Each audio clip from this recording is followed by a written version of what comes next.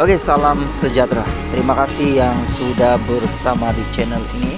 Dan bagi mereka yang belum subscribe channel ini, sila subscribe dan like, komen, share supaya Anda tidak akan ketinggalan info-info menarik yang ada di channel ini. Berita hari ini saya mau kongsikan kepada Anda daripada Astro Awani. Bonus penjawat awam di semua negeri tidak akan dikenakan cukai PM. Kucing, pemberian bonus kepada kaki tangan awam di semua negeri akan dikecualikan cukai. Perdana Menteri Datuk Seri Anwar Ibrahim menjelaskan keputusan dibuat atas pertimbangan bahwa bonus penjawat awam adalah tidak tinggi dan tidak wajar dikenakan cukai. Saya fikir musibah kerana bonus itu tidak tinggi. Jadi oleh itu bonus akan dikecualikan daripada cukai dan ini terpakai kepada semua penjawat awam di seluruh negeri, katanya dalam sidang media pasca mesyuarat Majlis Tindakan Pelaksanaan ME63 di Dewan Undangan Negeri Sarawak di sini.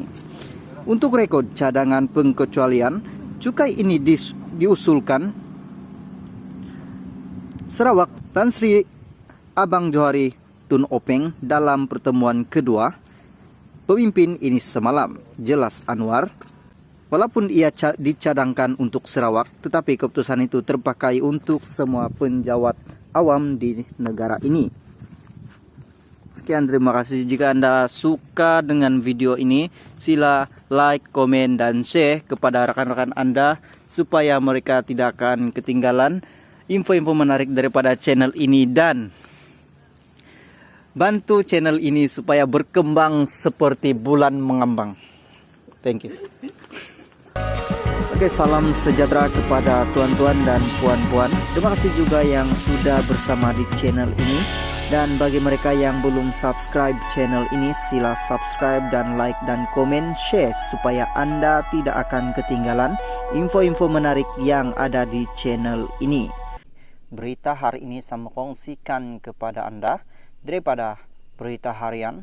Ismail Sabri buat lain, cakap lain, Nur Jazlan. Johor Bahru, tindakan naib Presiden UMNO Datuk Seri Ismail Sabri Yaakob mempertikaikan ketetapan jawatan Presiden dan timbalan Presiden tidak dipertandingkan, disifatkan sebagai pelik. Timbalan pengurusi UMNO Johor, Datu Nur Jazlan Muhammad, berkata ketika proses pengundian usul itu dibuat, Ismail Sabri yang juga bekas Perdana Menteri turut berdiri menyokong dua jawatan utama itu tidak dipertanding. Katanya, walaupun majoriti perwakilan UMNO yang hadir pada Perhimpunan Agung UMNO 2022, PAU sudah buat keputusan kedua-dua jawatan utama parti itu tidak dipertanding. Masih ada suara sumbang yang masih tidak berpuas hati, seperti rumah siap, pahat berbunyi. Naib Presiden UMNO yang juga Perdana Menteri ke-9 buat lain cakap lain ketika proses pengundian usul itu dibuat. Dia boleh pula berdiri dan sokong, tapi bila keluar dewan, dia buat pula sidang media dan mempertikai. Naib Presiden UMNO yang juga Perdana Menteri ke-9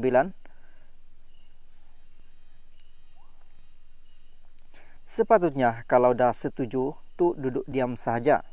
Kalau tak setuju, jangan duduk gatal-gatal, nak bangun dan sokong.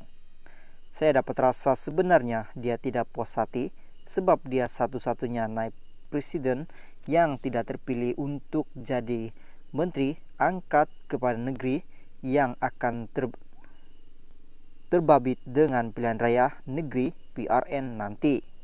Bila Presiden UMNO sebut nama Khalid, Datuk Seri Muhammad Khalid Nurdin, dan Madzir, Datuk Seri Madzir Khalid, tapi nama Ismail Sabri tidak ada, dia kena terima hatikat.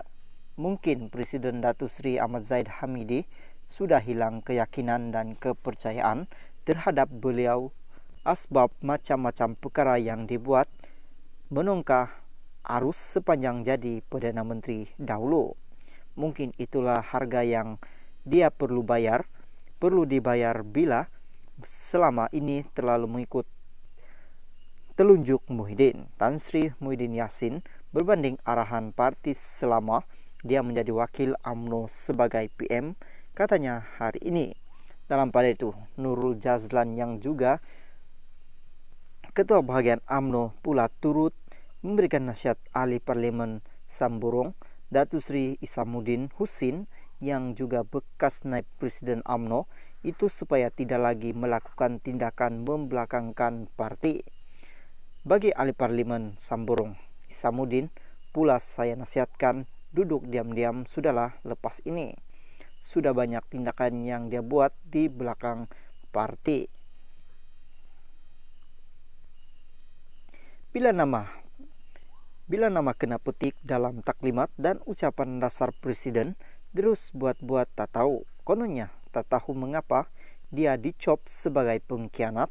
Tidak perlulah berlakon suci macam alih-alih UMNO tidak tahu apa yang dia sudah buat selama ini kepada parti, katanya.